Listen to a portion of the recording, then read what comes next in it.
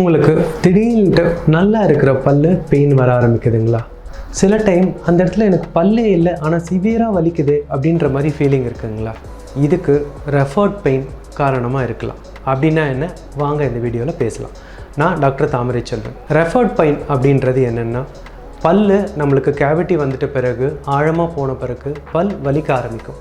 இந்த பல் வலி அந்த பல் இல்லாமல் மற்ற இடங்களில் வலிகளாக தெரிய ஆரம்பிக்கும்.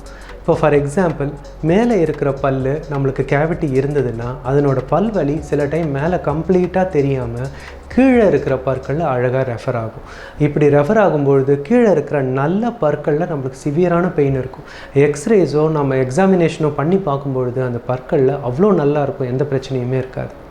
நாம் இம்மீடியட்டாக கவனிக்க வேண்டியது மேலே உள்ள சொத்தையான இருக்கிற பற்கள்.